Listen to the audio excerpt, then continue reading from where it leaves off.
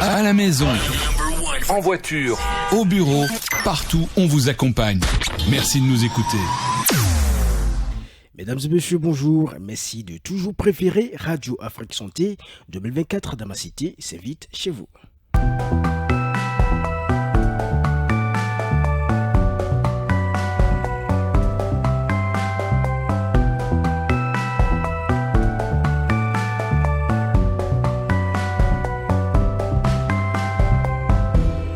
Le citoyen qui nous ouvre les portes de son domicile ce jour, c'est Michael Bokor. C'est un psychopédagogue que Fortuné Doti a rencontré dans une école privée, Cisa Bomekelavi.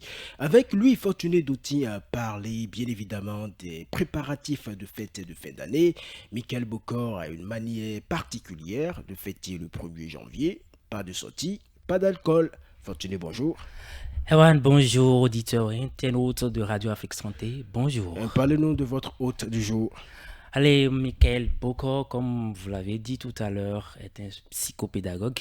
Nous l'avons rencontré dans une école privée de la place. Ce monsieur nous a accueillis avec joie. Il nous a d'ailleurs amené dans son bureau où il nous a accordé l'interview sans tabou. Voilà. On va le suivre donc, n'est-ce pas? Ouais. Il a une manière très particulière de fêter le 1er janvier. Le monsieur commence déjà 7 jours avant la fête, c'est-à-dire déjà, je crois, le 23. Bokor commence déjà la fête chez lui et ça commence jusqu'au 13. Et c'est à partir du 13 que la fête même commence chez Bokor. D'accord. On va finalement le suivre ou pas? Ouais, on le suit. D'accord. Monsieur Bokor, bonjour. Bonjour monsieur le journaliste. La pleine forme, j'espère. Très en forme. Moi, ça va très bien. J'espère que vous êtes prêts pour se lancer. Oui, je suis prêt. 2024, dans un mois à peine, comment est-ce que vous vous préparez? Il faut noter que 2024 qui s'approche, ce n'est pas aujourd'hui. On vient de lancer la date. C'est depuis le 1er janvier 2023 que moi, j'ai commencé à préparer cette fête. Ça ne me surprend pas parce que c'est une fête programmée. Ce n'est pas la mort, c'est la mort seule qui surprend. La fête est programmée chez vous depuis le 1er janvier 2023. Oui. Ça ne vous surprend pas. Est-ce que vous pensez que la fête sera belle chez vous malgré qu'il crie partout le temps? Oui, très belle chez moi, parce qu'il faut noter tout simplement que c'est depuis 2023 que je prépare la fête, parce que je sais que madame est là, les enfants sont là, et ils vont demander de quoi manger. Moi-même, je vais m'habiller, et chaque fin de semaine, j'essaie de mettre quelque part quelque chose. Chaque fin de semaine. Ce qui fait que, à la fin de l'année, déjà en décembre, je casse ma caisse, et combien se trouve dedans, je sais. Et je fais le partage comme cela se doit. Donc vous n'allez pas crier le temps puisque vous apprêtez depuis un bon moment. C'est ça. Alors, nous ne sommes pas sans savoir que cette période est souvent très stressante. Est-ce que vous vous sentez stressé à l'idée de ce que la fête est déjà dans un mois? Si oui, comment est-ce que vous arrivez quand même à gérer ce stress? Sinon, pourquoi pas de stress? Il n'y a pas de stress chez moi parce que lorsque vous êtes un psy ou bien un psychopédagogue, tout est planifié. Tout ce que vous voulez faire, c'est planifié. Rien ne vient seulement au hasard tomber dans la vie d'un psychopédagogue. Non, tout est planifié. Donc il n'y a pas de stress, soit disant que la fête s'approche, il n'y a pas de l'argent, il n'y a pas ci, il n'y a pas ça, non. Pas de stress. Pas de stress. S'il y a un psy qui me dit qu'il y a de stress, ça veut dire qu'il n'est pas encore un psychopédagogue, sincèrement. Sinon, si on dit psychopédagogue, vous êtes appelé d'abord à vous aider, à aider les autres. Si vous-même, en tant que psychopédagogue ou bien en tant que psychologue, vous avez des soucis, vous avez du stress, comment vous allez gérer le stress des autres? Ça ne peut pas en aucun cas marcher. La nouvelle année chez vous, comment est-ce que vous envisagez la passer? On voit d'autres qui passent en famille, d'autres la passent entre amis ou entre collègues. Chez vous, comment est-ce que cela va se passer? La fête de Nouvel An ne se passe pas chez vous comme les autres. Non, c'est une fête particulière chez moi. Il faut noter d'abord que lorsque ça reste déjà 7 jours avant la fête, il y a des travaux spirituels qui se font. D'abord, à partir de 7 jours. Avant ça, déjà, il y a des préalables. Un mois avant, il y a des préalables de travail spirituel qui se font. Et lorsque ça reste 7 jours, on accélère dans les travaux. Et le premier jour, le 1er janvier maintenant, chez moi, personne ne sort. Personne ne sort. vous êtes dedans. Que ce soit la moto, que ce soit tout, madame, les enfants, vous restez dans la chambre, vous ne sortez pas. On mange, on se repose, tout le monde dort. Le 1er janvier, c'est la prière familiale d'abord. Après la prière qui se passe juste à l'entrée de la maison, vous rentrez dedans, vous ne sortez pas. Vous ne pouvez même pas aller acheter dehors. C'est comme ça que nous allons rester jusqu'à finir le 1er janvier. Pas d'alcool, rien d'alcoolisé à consommer chez moi. Lorsque nous finissons ça maintenant, à partir du 2 janvier, je peux autoriser les enfants maintenant à prendre d'alcool, un peu seulement, mais moi-même je ne prends pas, jusqu'à passer 13 jours après janvier. 13e jour après la fête, que maintenant je peux commencer par dire vraiment, je veux commencer la fête et commencer par prendre de l'alcool. Quels sont quand même vos projets, puisque vous avez des enfants? Oui. Quels sont vos projets pour ces enfants? Mes enfants sont comme les autres enfants, ils doivent s'habiller, avoir des cadeaux de fête. En accord avec leur maman, tout sera préparé et nous allons leur remettre leurs cadeaux. Parlant de maman, quels sont vos projets pour madame? Pour la fête, je pense que je laisse très souvent le temps à madame de se planifier elle-même et de m'envoyer ce qu'elle a besoin pour la fête. Et moi, je ne peux que l'accompagner. Comment est-ce que madame vous accompagne, vous, dans cette période? Déjà, le premier dimanche de mois de l'année 2023, lorsque je mets un franc quelque part, c'est elle qui garde la caisse et elle sait déjà combien se trouve à peu près dans la caisse et elle sait qu'on ne doit pas casser la caisse là avant le jour. Alors, lorsqu'elle fait l'effort de ne pas casser la caisse là derrière moi jusqu'au 1er janvier, ça veut dire qu'elle m'a déjà aidé. Elle-même, elle a sa caisse aussi. On met le tout ensemble pour faire ce que nous voulons faire, elle, les enfants et moi-même.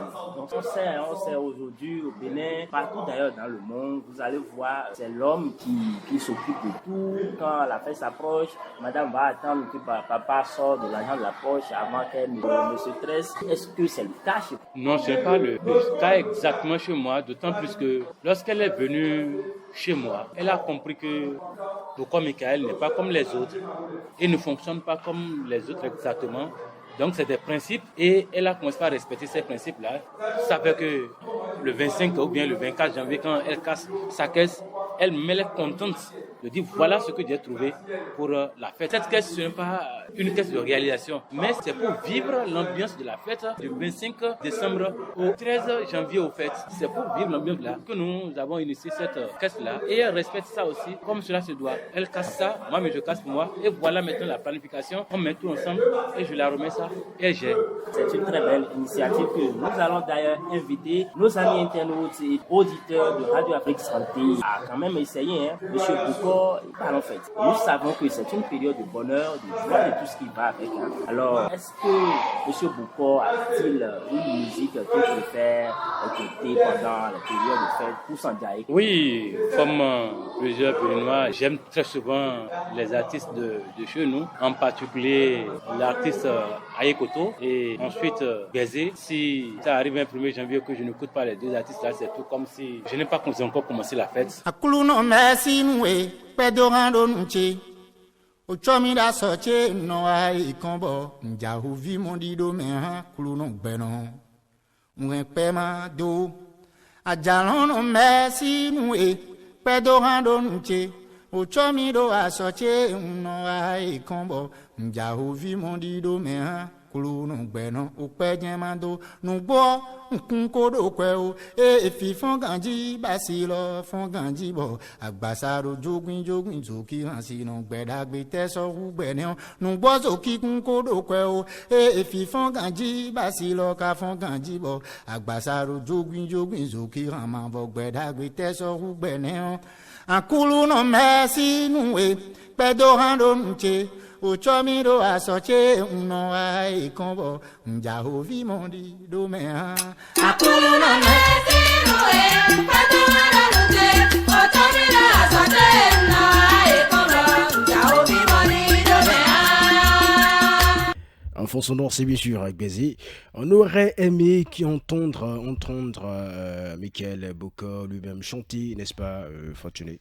Bien évidemment, j'ai essayé, Romaric qui était là, j'ai essayé de lui soutirer quelques paroles de sa chanson préférée, mais il a su échapper à la question. C'est un psychologue. Ou bien il a dit que psychologue ne chante pas. Ah non, il n'a pas dit ça. Il a juste utilisé ses astuces pour pouvoir m'échapper. Mais je l'aurai la prochaine fois. Il a dit que selon Michael Bouko, un psychologue pédagogue si vous voulez également, il a dit les si, voilà. Donc psychologue, pédagogue, psychopédagogue et psychiatre ne doivent pas souffrir de stress. Il a vu ça où? Évidemment, moi, je partage son avis, hein, puisque si tu es psychologue, tu es d'abord appelé à aider les autres. Et si toi-même, psychologue qui est appelé à aider les autres, tu te mets là, et puis tu dis que tu souffres du stress. je crois pense que le stress ne choisit pas qui attaquer. Je pense que tout le monde, autant que nous sommes, quand on est homme, on peut en souffrir. Peut-être que le psychologue a plus de facilité à s'en sortir. Voilà. C'est peut-être ça. Voilà. En tout cas, le débat est ouvert. Je pense que les auditeurs et les autres psychologues vont nous dire s'ils épousent l'argumentaire de Michael Bokor. Alors, il dit également que la fête chez lui, c'est du 1er au 13 janvier. Pourquoi? Bon, il a essayé de l'expliquer. D'abord, il a dit 7 jours avant la fête qu'il faut d'abord... il a d'abord comment on appelle des rituels spirituels qui se font avant d'entrer dans la nouvelle année. Et puis, j'estime que c'est à cause de ces rituels-là que la fête chez lui le 1er janvier, il faut manger, dormir, pas d'alcool, on ne sort pas. Donc, la fête chez lui. Pas de sortie, pas d'alcool. Pas d'alcool. L'alcool commence chez lui le 13. D'accord. Donc, le 1er janvier, chez Michael Bokor, c'est le 13 janvier. D'accord. D'accord. Il dit également, j'ai noté, qu'une fête ne surprend pas. Seule la mort surprend. Exactement. Vous êtes du même avis? Je crois qu'il n'a pas menti. Il n'a pas menti, même si le commun des Béninois, en tout cas, j'en fais partie. On attend toujours les derniers moments pour se préparer. Je crois quand même que la fête, c'est un événement on connaît déjà sa date. Et je crois qu'il faut d'abord se préparer en avance. Il a dit avec ces histoires de caisse que moi, je trouve très passionnantes.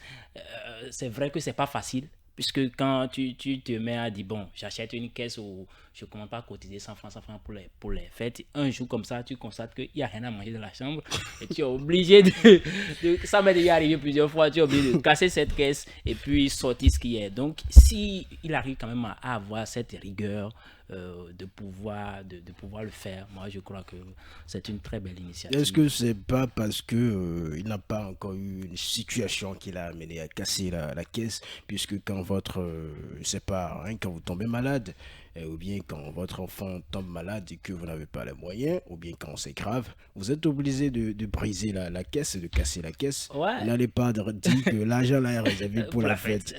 Non, je ne crois pas. Il y a des situations comme ça qui arrivent. Tu es obligé de faire avec ce que tu as, d'autant plus que... Ou bien il a plusieurs caisses. Peut-être qu'il a plusieurs caisses. Il a dit... Il a des caisses pour la fête. Il a des caisses pour ces occasions, pour la santé, voilà. Ainsi de suite peut-être. Peut-être. D'accord. D'accord. Un dernier mot?